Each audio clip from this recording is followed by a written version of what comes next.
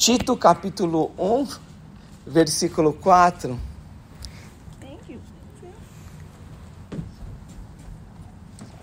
E a gente vai continuar então a nossa série de mensagens.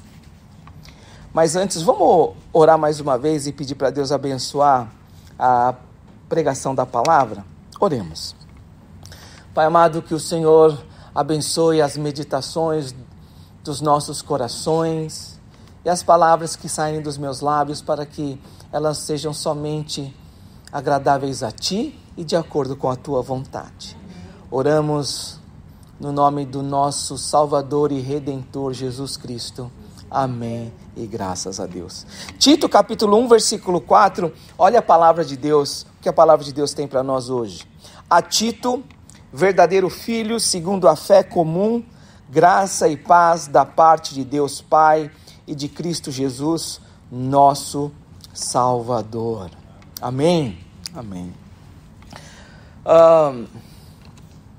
Tito é uma daquelas cartas que a gente tem dificuldade para achar na Bíblia, porque ela está num lugar muito bem escondidinho. Ela está quase que no final das cartas pessoais de Paulo. Você lembra que quando a gente pega as cartas de Paulo, a gente divide as cartas de Paulo em duas partes. Uma parte são aquelas cartas que Paulo enviou para a igreja, né? Coríntios, Romanos, Efésios. E aí depois você tem as cartas de Paulo que ele enviou para pessoas. Aí você tem 1º, 2º Timóteo, você tem Tito e você tem Filemon. E aí depois você tem Hebreus, e aí depois você tem Tiago, e aí por aí vai, né? Então, Tito, ela fica escondidinha entre Hebreus, Filemon, 1º, 2º Timóteo, bem ali no meio. É uma cartinha curta, mas que se você for ver, ela tem muito para ensinar para nós.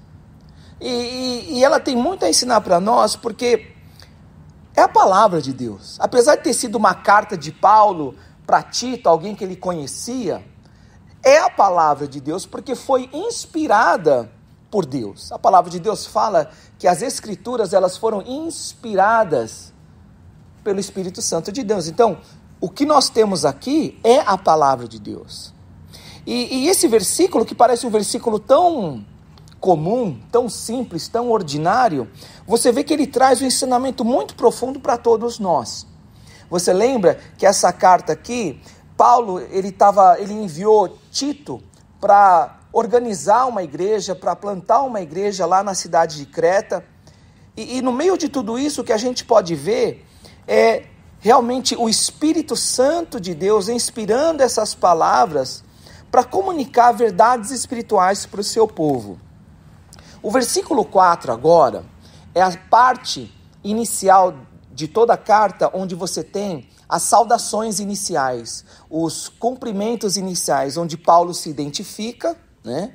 Paulo, nananana, e aí depois ele tem lá uma ação de graças, ele tem ali ele dou graças a Deus, ele faz um agradecimento a Deus pela igreja, ou pela pessoa que ele está enviando a carta, e depois ali ele identifica para quem ele está enviando a carta.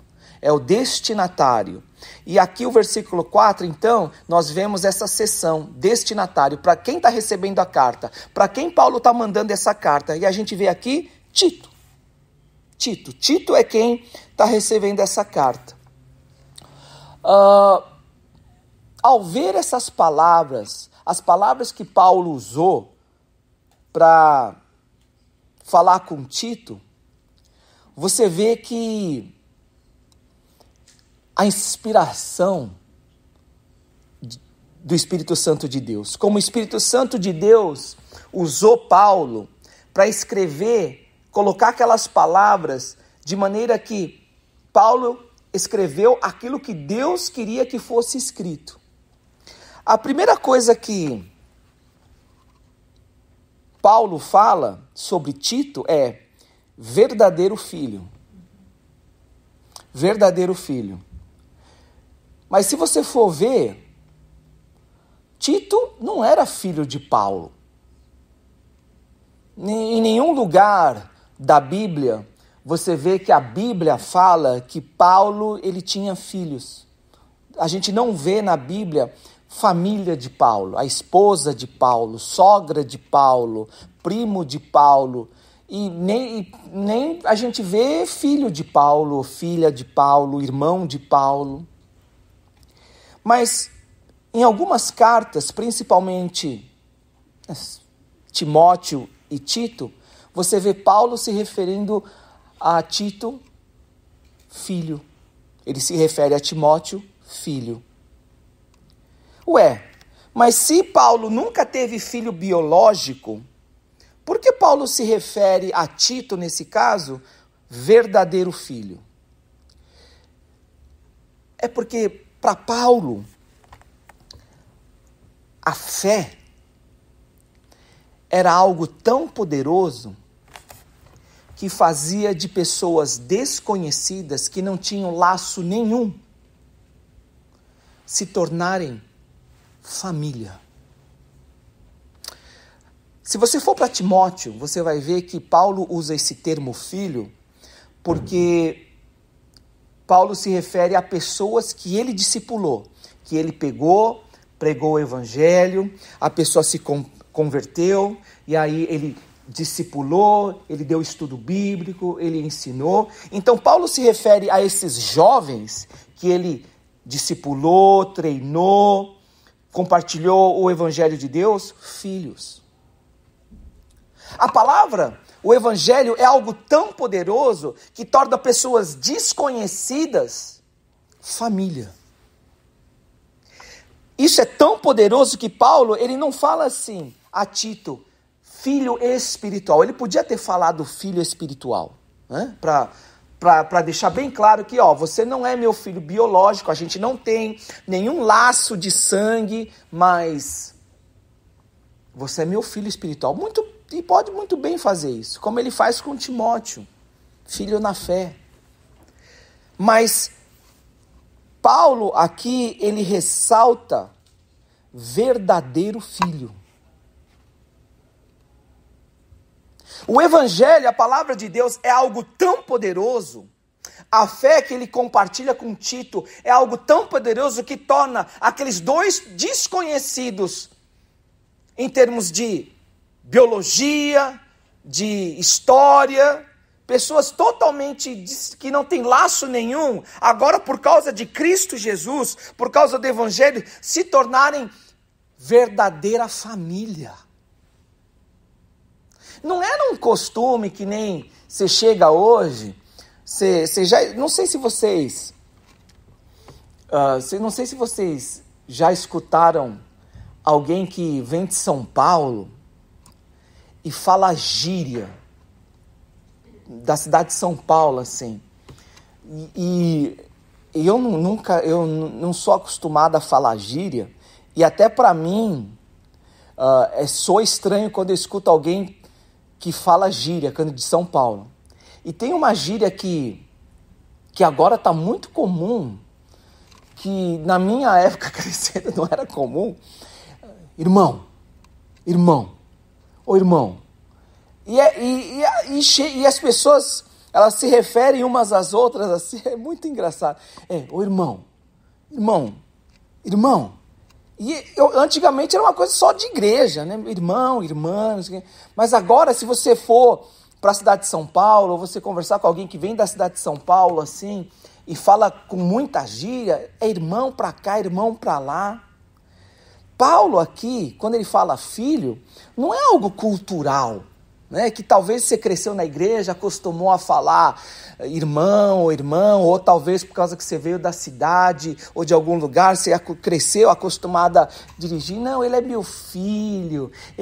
Não é nada disso. O que Paulo fala é uma verdade espiritual, que o evangelho de Cristo, a palavra de Deus, torna verdadeiros desconhecidos família de Deus, a ponto desse vínculo que Paulo tinha com Tito, ele chamar aquele jovem de verdadeiro filho. Por quê? Porque não era o sangue que tornava aquele vínculo verdadeiro. Não era a cultura que tornava aquele vínculo verdadeiro. Não era o fato deles morarem junto ou serem criados juntos que tornava aquele vínculo verdadeiro. O que tornava aquele vínculo verdadeiro era a verdade da palavra e a verdade do evangelho. Você já parou para pensar? A verdade do evangelho, a verdade da palavra de Deus torna o vínculo que eu e você temos algo muito mais verdadeiro, que transcende os laços biológicos, culturais, sociais ou qualquer outro que qualquer ser humano pode ter. Você já parou para pensar? O poder do evangelho, o poder que a palavra tem, o fato de nós termos essa fé em Cristo Jesus, o que ela nos torna e como ela transforma os nossos relacionamentos. Você já parou para pensar? O seu relacionamento, o meu relacionamento com os de fora é totalmente diferente do que os relacionamentos que nós temos como igreja, como corpo de Cristo. O fato da gente sentar à mesa do Senhor juntos e compartilharmos a ceia do Senhor juntos é uma declaração pública de que o relacionamento que nós temos com o Senhor torna os nossos relacionamentos uns com os outros diferente. É diferente. É diferente. Totalmente diferente. A ponto de Paulo olhar para um jovem e falar: verdadeiro filho. Verdadeiro filho. E não é por causa do sangue, não é por causa da vontade humana, não é por causa da vontade de nenhum outro, não era nem por causa que Paulo era muito caridoso, carinhoso e queria, não. Por causa da verdade de Deus. Porque aquele relacionamento foi estabelecido através da vontade de Deus e alicerçado na verdade da palavra de Deus. Já parou para pensar? O que a palavra de Deus torna o nosso compromisso uns com os outros?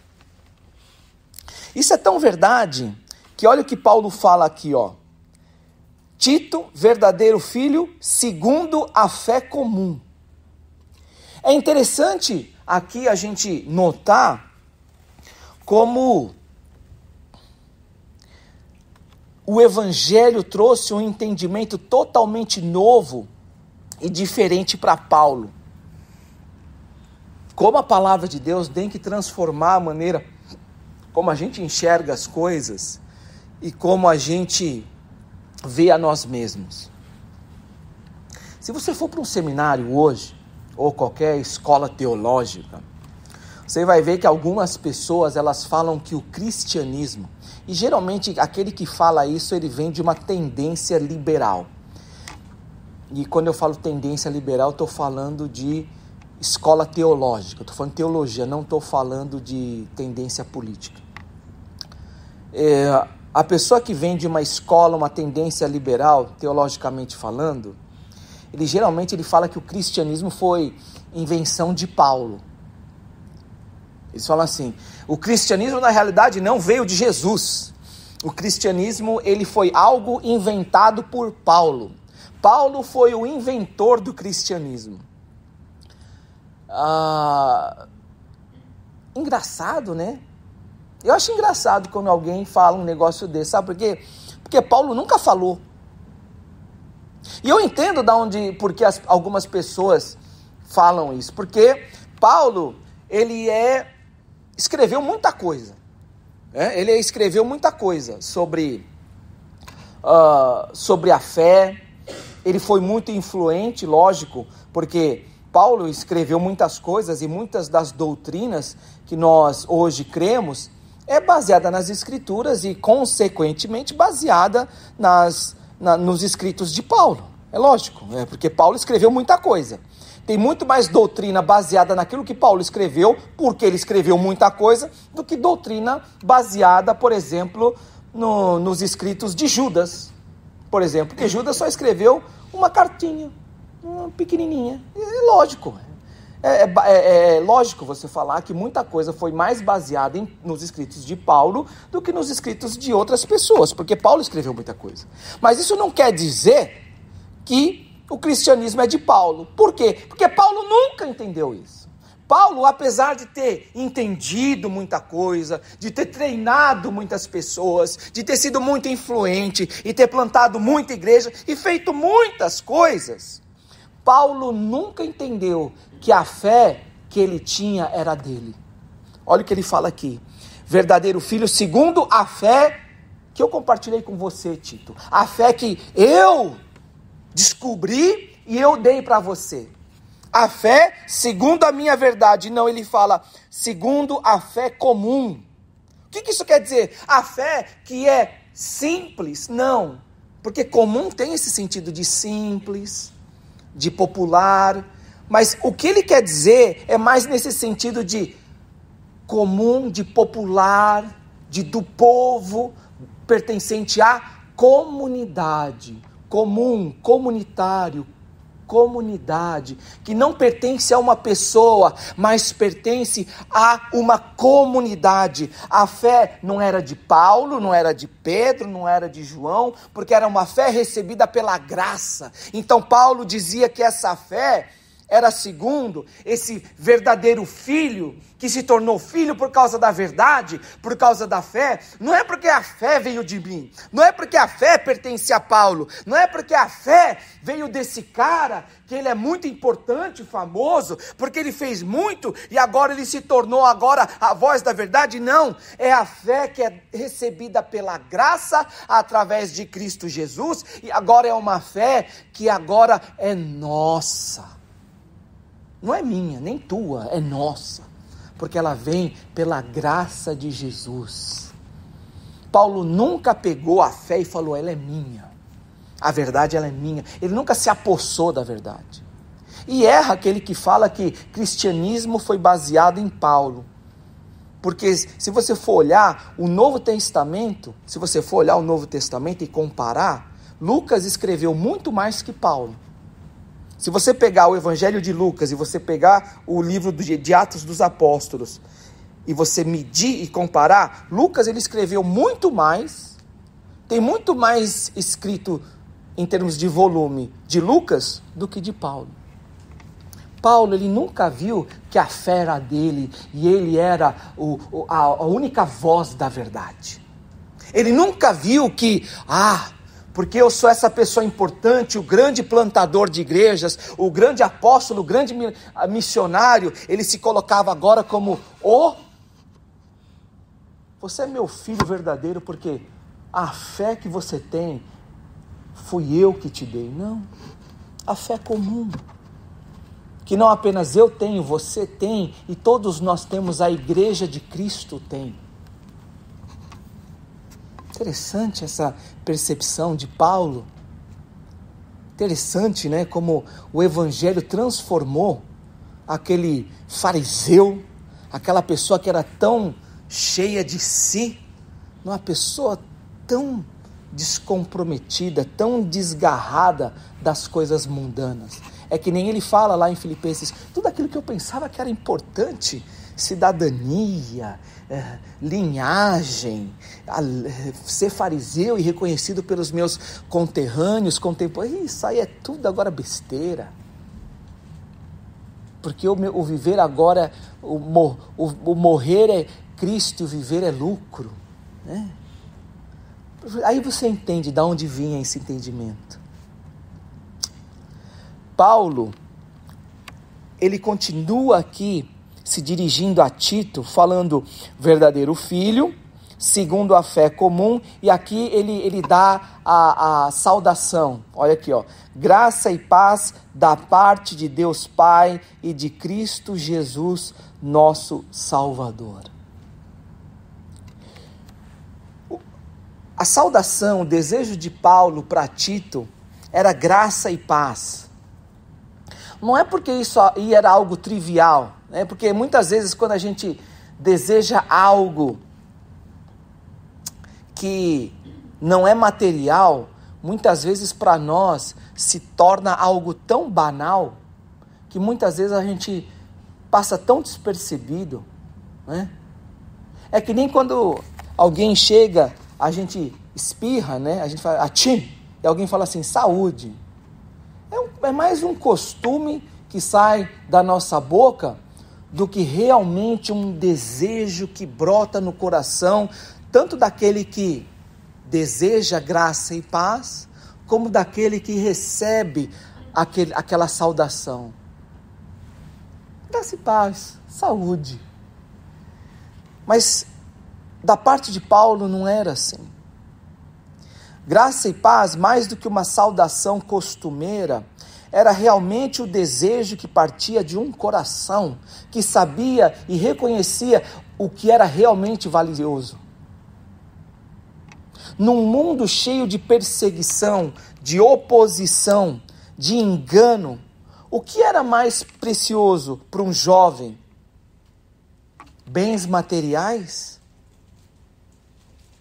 Ou realmente graça e paz que brota de um coração liberto e transformado pelo Evangelho de Jesus Cristo? Paulo deseja para o seu verdadeiro filho aquilo que é bom, aquilo que é genuíno, aquilo que é verdadeiro. Para o seu verdadeiro filho, Paulo não desejava bens materiais. Talvez Paulo pudesse desejar amplos recursos financeiros para fazer aquilo que ele tinha que fazer ali em Creta. Que Deus dê superabundância de ofertas aí para você poder, comprar um prédio novo para a igreja, renovar o time de louvor com equipamento novo, que Deus possa fazer a conta da igreja transbordar para você começar a pagar as pessoas da igreja e trazer uma banda profissional, renovar a luz da igreja, talvez ampliar o templo, ou talvez ampliar o estacionamento da igreja, que Deus, dê prosperidade para os membros da igreja, continuar ofertando mais e mais, para que a obra do Senhor superabunde com recursos financeiros. Poderia, mas não é isso que Paulo deseja para o seu verdadeiro filho na fé.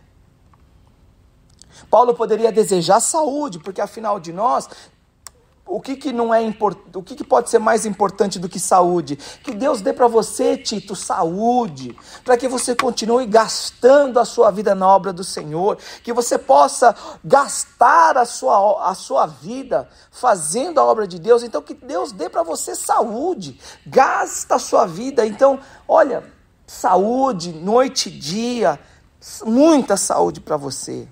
Mas interessante, não é isso que Paulo deseja para o seu filho. Paulo deseja graça e paz. Essa graça e paz que Paulo deseja, ele entendia que era algo que sustentava e que iria sustentar Tito em toda e qualquer situação. A graça do Senhor e a paz, porque a graça possibilita uma visão correta das situações. A graça possibilita uma visão correta de si e da situação ao seu redor. Graça. A graça que vem do Senhor. A paz que vem do Senhor, porque a paz é aquilo que possibilitava alguém perseverar na fé. A paz que traz serenidade dos momentos de provação e de tribulação. A paz que traz uma boa noite de sono.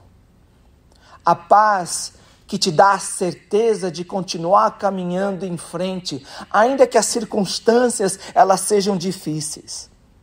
Graça e paz é aquilo que Paulo deseja para o seu verdadeiro filho. Não porque isso fosse um costume desejar para as outras pessoas, mas era porque isso que é o que possibilitava o servo de Deus cumprir o seu chamado. Essa graça e paz não era algo que vinha de Paulo, mas vinha da parte de Deus Pai e de Cristo Jesus. Novamente aqui o que a gente vê é esse entendimento que o Evangelho traz para Paulo. Paulo entendia que eu não sou nada. O Senhor Jesus é tudo. Tito não precisa de mim. Tito precisa de Jesus. Meu verdadeiro filho, ele não precisa algo que vem de mim. Isso não quer dizer que, como pai na fé, eu não vou dar isso para o meu filho. Mas eu vou desejar para o meu verdadeiro filho algo que não vem de mim, algo que é muito mais verdadeiro, precioso. Eu vou desejar a graça e paz que vem não de mim, porque eu sou homem, falho, mas que vem da parte do Deus Pai e de Cristo Jesus, nosso Salvador. Por que Paulo deseja algo que vem de Deus Pai e de Deus Cristo Jesus? Porque ele entendia que ele era um homem. Tanto Tito como Paulo eram pecadores e necessitam de um Salvador. Por isso que ele fala, nosso Salvador. Nosso Salvador. Paulo nunca se enxergava, apesar de tudo aquilo que ele fazia e tinha feito, mais, melhor. Nas palavras que nós vemos aqui, nessa simples saudação para Tito, a gente vê um homem que tem um coração quebrantado pelo Evangelho de Deus, pela palavra de Deus. Isso vai totalmente de encontro ao que nós estamos acostumados, porque o mundo joga para nós algo totalmente diferente. Que quando a gente conquista ou faz alguma coisa ou realiza algo, a gente enche o nosso coração de nós mesmos. Te bate no peito e fala, eu fiz, eu consegui. E a gente não repara que a gente se engana quando a gente faz isso, porque tudo aquilo que é realização na nossa vida é parte da graça de Deus. Tudo aquilo que nós temos e somos é resultado da graça de Deus. Por mais que nós tenhamos lutado, trabalhado, perseverado, nada é garantia de que o que nós temos ou que vamos ter é baseado somente nesse trabalho, nesse esforço. Isso não quer dizer que você não deve se esforçar, que eu não devo trabalhar. Mas no final das contas, a gente tem que reconhecer que ainda que nós trabalhamos e nos esforçamos, tudo aquilo, o resultado, foi através da graça de Deus. Isso Paulo entendia muito bem. E era por isso que Paulo, ele foi capaz de perseverar até o último instante. Esse reconhecimento não foi algo que a gente faz de praxe, que Paulo fazia como educação, como parte do protocolo, mas era um entendimento de si e das coisas que Paulo tinha, e esse entendimento veio por causa da verdade, da palavra de Deus. Então isso fazia com que Paulo, ele tivesse um entendimento da vida e de si, totalmente diferente do que o mundo fala para nós e falava para Paulo. Qual é o entendimento que você tem das coisas ao seu redor? Qual é o entendimento que você tem das dificuldades que hoje você atravessa? Qual é o entendimento que você tem hoje das suas realizações, tanto daquilo que você deixou de realizar na sua vida, ou como aquilo que você realizou, ou como aquilo que você procura realizar? Qual é o entendimento que você tem disso? E mais importante, qual é o papel que Deus, Jesus Cristo, tem em tudo isso?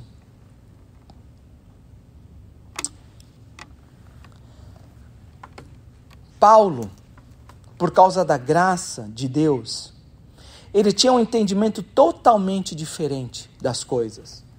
Então, isso possibilitava para ele a não ficar agarrado com coisa que era totalmente desnecessária. Será que hoje, você, eu, nós não estamos nos agarrando a coisas que são totalmente desnecessárias? Pare e pensa um pouco. Pare e pensa nas coisas que você deixou de realizar no passado. Nas coisas que você realizou hoje. E nas coisas que você está buscando realizar na sua vida no futuro. Pare e pensa um pouco. Pensa nas dificuldades e nas provações que você tem passado na sua vida. Será que alguma das coisas, passado, presente e futuro, você não está agarrando demais numa coisa que você já deveria ter soltado há muito tempo?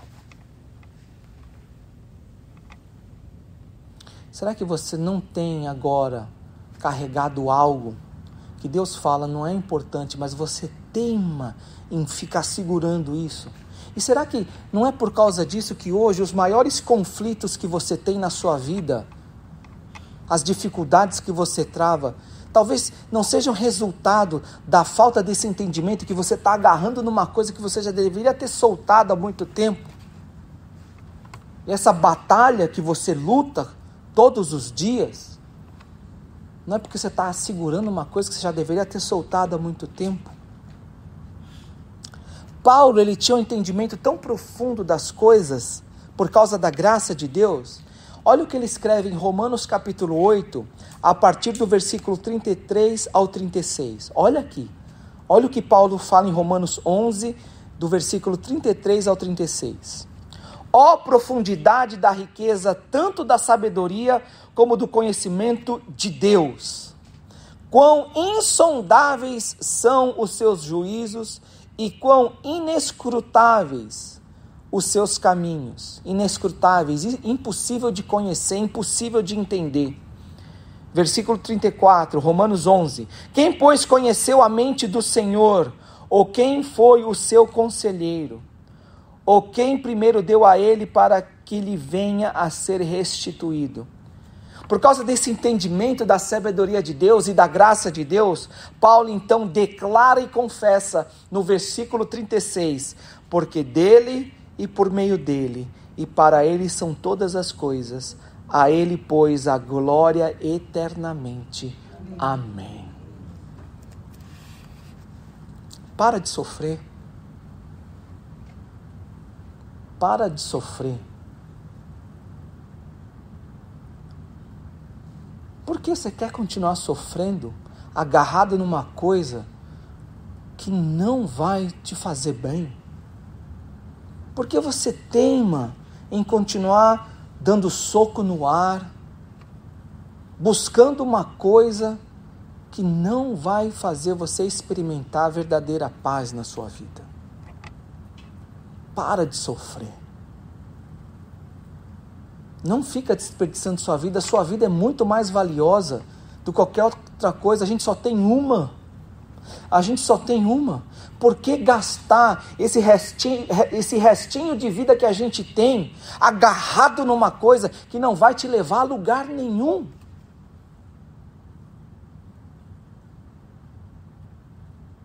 Por que você fica lutando por uma coisa que você não vai conseguir vencer? Por que você continua lutando uma coisa por algo que você nunca vai conseguir vencer? Ninguém ganha de Deus. Ninguém ganha de Deus.